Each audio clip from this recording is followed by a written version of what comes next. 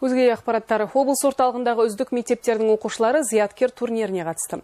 Мектеп қабырғасында алғаш рет өткізіліп отырған сайыста оқушылар математика, физика, химия, биология, информатика, тарих және қазақ тілі бойынша дайындалған викториналық сұрақтарға жаңылмастан жауап берді.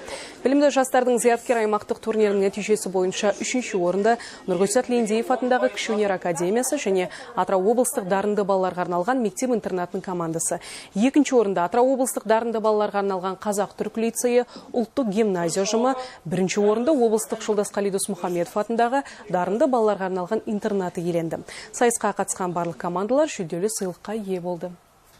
У нас принимает участие 5 команд. И сегодняшней игры учащиеся областного лицея имени Досмухамедова, учащиеся областного... Сайысқа 5 команда қатысып отыр. Оған облыстық Жолдасқали Досмухамедов атындағы дарынды балаларға арналған лицей, Атырау облыстық дарынды балаларға арналған мектеп-интернаты, Нұрғисат Лендеев атындағы Кіші өнер академиясы, Қазақ-түрік лицейі, ұлттық гимназиясы бар. Негізгі мақсат балалардың творчестволық қабілетін арттыра отырып, оқушылардың гуманитарлық және математикалық пәндерге қызығушылығын арттыру. Сондай-ақ мерекеге орай Назарбаев зияткерлік мектебінде ашық есік күні өтті. Бұл айта кетейік, бұл шара еліміздегі барлық мектептерде ұйымдастырылған. Ашық есік күні аясында семинар-тренинг ұйымдастырылды. Оған қала мен аудан мектептерінің оқушылары қатысты. Ауданның түкпір-түкпіріне жиналған оқушылар үшін алдымен автошеру ұйымдастырылып, олар қаланың орталық көшелеріне 25 көлікпен саяхат жасады. Мұнан соң шара мәңгілік ел зияткер атты оқу озаттарының 1-ші облыстық форумына ұласты.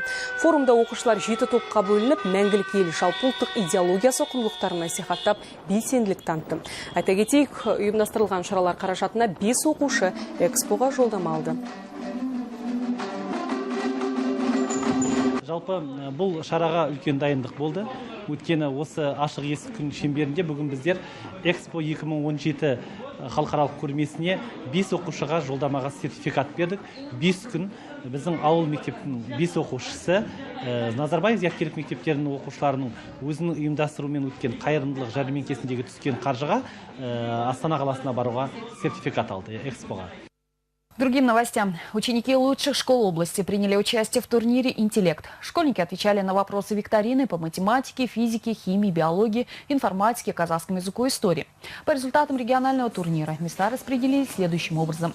3-е место заняла команда Малой академии искусств имени Нургисата Лендиева и команда областной школы-интерната для одаренных детей.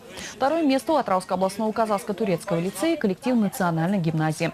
Обладателем 1-го места стала команда областного интерната для одаренных детей имени Жолдасқали Досмухамедова. Все команды, принявшие участие в конкурсе, получили ценные подарки. У нас принимает участие 5 команд. И сегодняшней игры учащиеся областного лицея имени Досмухамедова, учащиеся областной школы Дарен, учащиеся Малой академии искусств, учащиеся Казахско-турецкого лицея и учащиеся Национальной академии.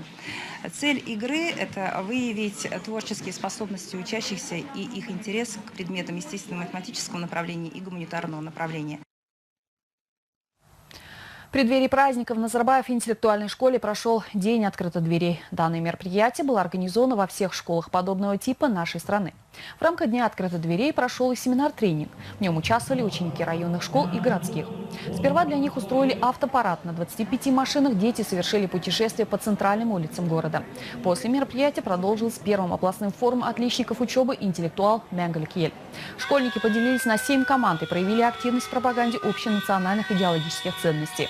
Следует сказать, что на средства, поступившие с мероприятия, 5 школьников получили путевки на Экспо.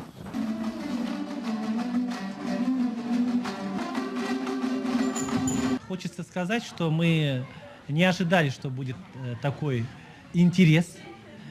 Дети с большим таким усердием относились к тем заданиям, которые были предложены.